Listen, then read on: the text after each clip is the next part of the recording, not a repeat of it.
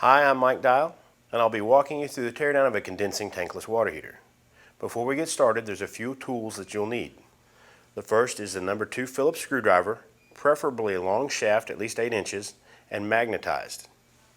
You'll also need some pliers, needle nose or channel locks, to help in removing the burner. It may also be helpful to have a magnetic tray to collect any screws as we do the teardown. So we'll begin by removing the 4 screws that hold the cover in place. If you remove the bottom screws first, it'll make it easier to take the panel off.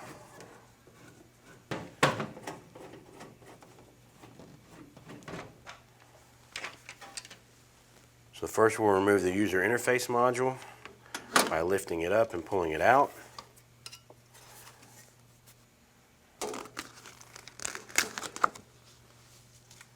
There is a single wiring harness that comes back to the control board.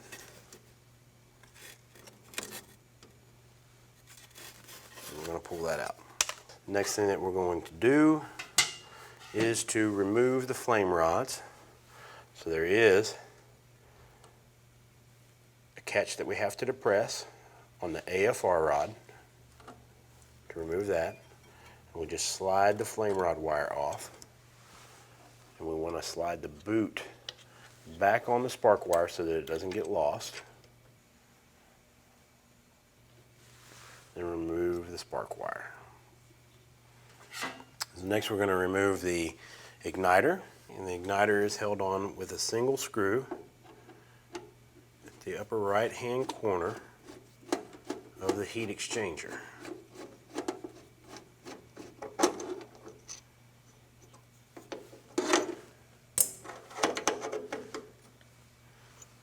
Purple wire. And we're going to follow back to the control board and unplug it from the control board and pull it out. Next, let's remove the flow control valve. The flow control valve is held in by 2 clips. Just going to pry that off.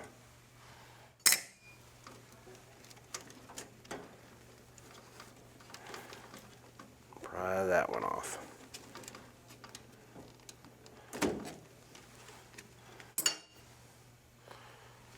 Then we're going to lift it off of the water inlet and remove it from the heat exchanger pipe. And this is held to the control board through 2 wiring harnesses.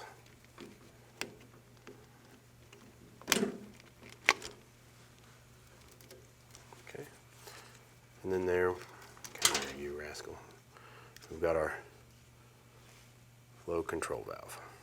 All right, so when we're removing the control board, we first want to unhook all of the wires and pull them out of the chases. And it's a good idea to take a picture of the wiring before we take it all off.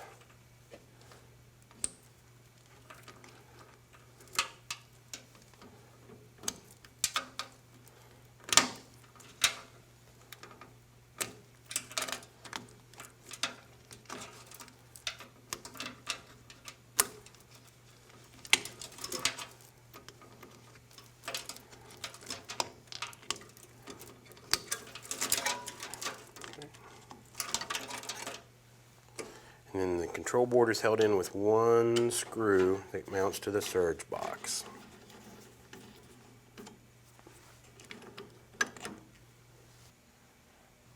And the control board folds out and lifts up off of these 2 pegs, which are going to mount down into these 2 holes. Now we're going to remove the surge box. The surge box does hold our ground for our power cord.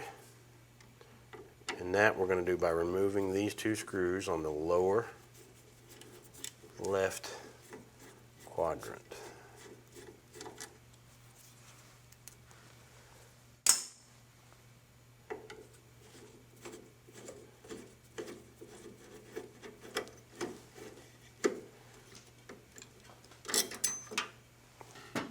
we remove where the power cord plugs in,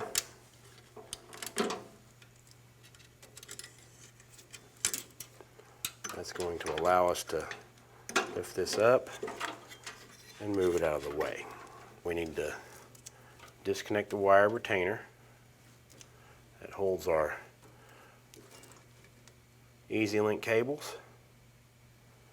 We also need to follow this black wire and disconnect the heat exchanger thermistor. We're also going to need to disconnect the yellow wire that goes to the freeze protection for our condensate drain. We're ready to remove the gas valve and manifold assembly. That's going to be removing the remainder of the larger screws that are around the perimeter, and also getting the brass screw that holds the gas valve onto the gas inlet. We're just going to come in, line it up.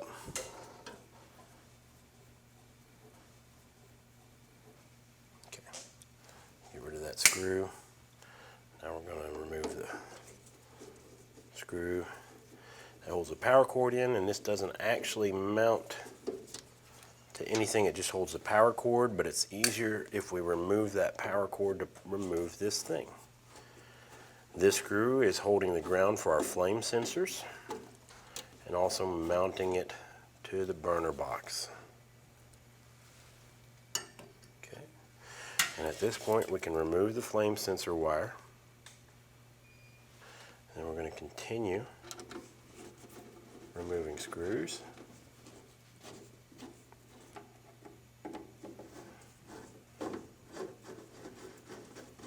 And then the gas valve and manifold assembly will wiggle up off the top of the gas inlet, exposing the wiring harness connections.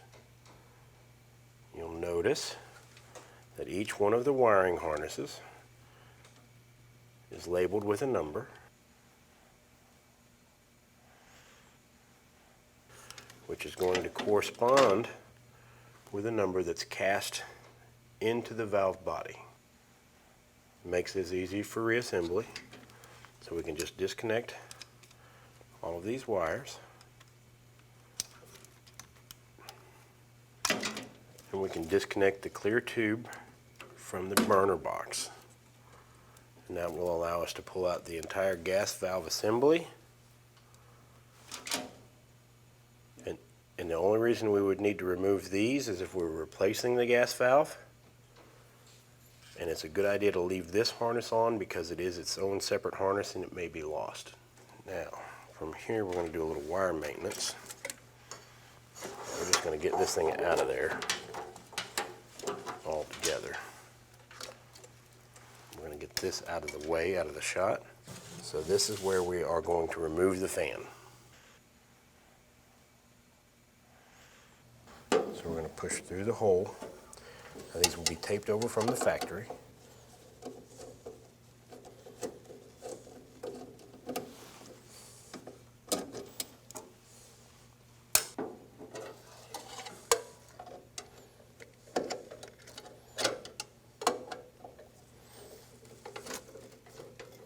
Now to remove the fan, we're just going to pull it off of the bracket.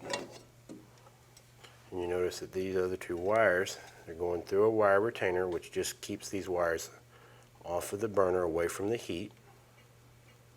Remove them from that retainer, and then we're going to unplug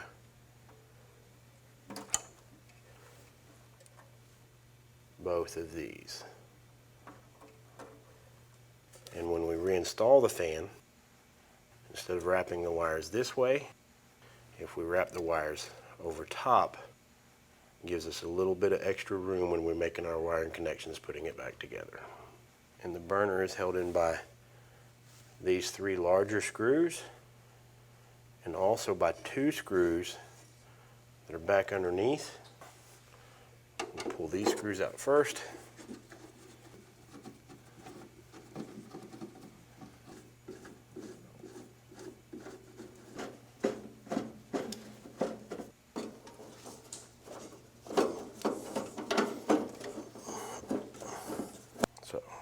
going to do is we're going to take our pliers, we're going to grab inside of the burner, brace here on the bottom, and we're going to pull that burner all the way out.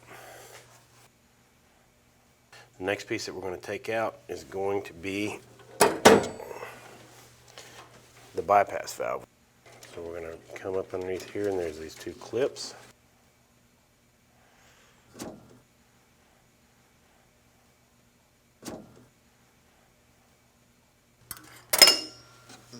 Alright, we're going to pull that out, and then we're going to wiggle this up.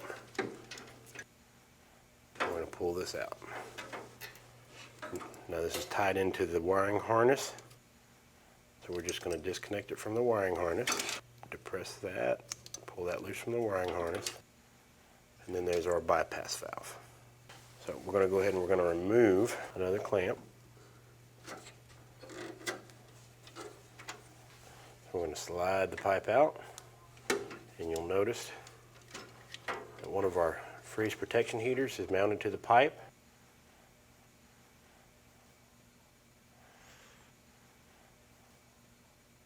We've got another one down here. Slip that off and hold on to the clamp. And then this pipe comes completely out. Alright, let's go ahead and unhook the freeze protection heaters.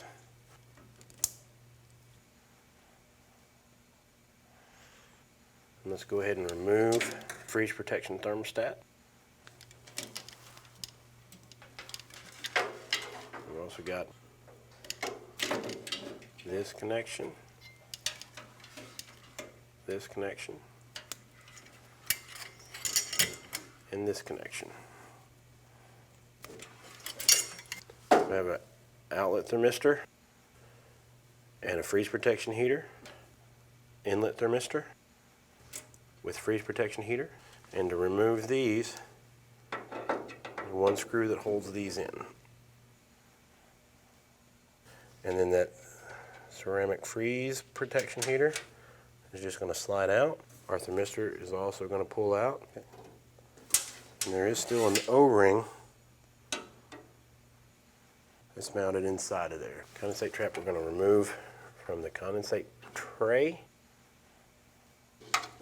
And we're also going to remove it from the condensate connection to the heater. Right, and this does have a freeze protection heater to prevent condensate from freezing in there.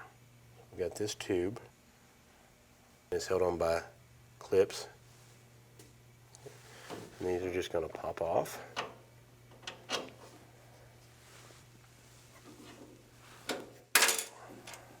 We're going to gently pull up. And then we'll remove it from the top connection. And this also has an O-ring and an O-ring. Now, before we can remove the heat exchanger, we have one more ceramic freeze block to remove. And we're just going to take that off. So this is our water outlet connection. And it's going to be held on with one clamp. That clamp. And then we're going to pry that out of there. And we want to be gentle with this so that we don't damage or bend the copper on the other end.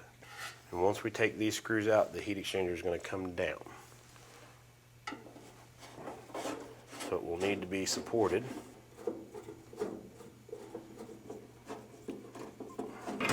While we're supporting that, get these wires loose.